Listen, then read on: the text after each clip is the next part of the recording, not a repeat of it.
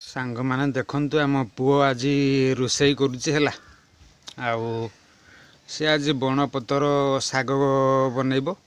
ଆଉ ବହୁତ କଷ୍ଟ କରୁଛି, ବହୁତ କଷ୍ଟ କରିକି ରୋଷେଇ କରୁଛି। ଖାସ୍ ଆପଣମାନଙ୍କ ପାଇଁ ଯେଉଁମାନେ ଭିଡ଼ିଓକୁ ଦେଖୁଛ, ଆଉ ଚ୍ୟାନେଲକୁ ସବସ୍କ୍ରାଇବ୍ କରିବ। ଆଉ ମୋ ପୁଅର ଏତେ କଷ୍ଟ ପାଇଁ ତା ଭିଡ଼ିଓକୁ ଗୋଟେ ଲାଇକ୍ କରିବ ନିଶ୍ଚୟ ହେଲା।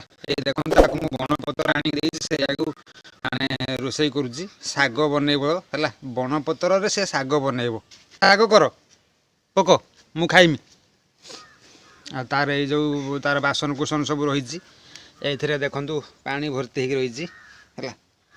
ଆଉ ତାର ଏଇ ଯେଉଁ ଗ୍ୟାସ୍ ଷ୍ଟୋଭ୍ ଦେଖନ୍ତୁ, ଶାଗ ପତ୍ର ଛିଡ଼େଇ ପୋକ ଏ ଦେଖନ୍ତୁ ତାର ସବୁ ଜିନିଷ ପତ୍ର ରହିଛି ହେଲା, ଇଜି ହେଲା। ଆଉ ତାର ଏଇଟା ହେଉଛି ଗୋଟେ ବେଟ୍ ରହିଛି। ଆଉ ତାର ବିଭିନ୍ନ ପ୍ରକାର ବାସନ କୁସନ ରହିଛି। ଏଇ ଦେଖନ୍ତୁ ବାସନ କୁସନ ନିଅ ନେଇ ଆସ।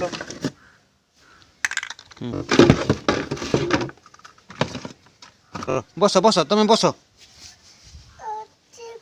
ଯଦି ଆପଣମାନଙ୍କର ଯେଉଁମାନେ ଭିଡ଼ିଓ ଦେଖୁଛ, ଯଦି ରୋଷେଇଆ ଦରକାର ଥିବ, ତାହେଲେ ଏଇ ମହାଶୟଙ୍କୁ ଡାକିବେ। ବହୁତ ସୁନ୍ଦର ଭାବରେ ରୋଷେଇ କରିବେ। ଆଉ ତାଙ୍କର ଏତେ କଷ୍ଟ ପାଇଁ ଗୋଟେ ଚ୍ୟାନେଲକୁ ଗୋଟେ ସବସ୍କ୍ରାଇବ୍ ନିଶ୍ଚୟ କରିବେ। ଆଉ ଭିଡ଼ିଓକୁ ଲାଇକ୍ କରିବେ। ହଁ ଭାଙ୍ଗିଦିଅ, ପଡ଼ିବ ପଡ଼ିବ, ଭାଙ୍ଗିଦିଅ ସିଝିଯାଉ।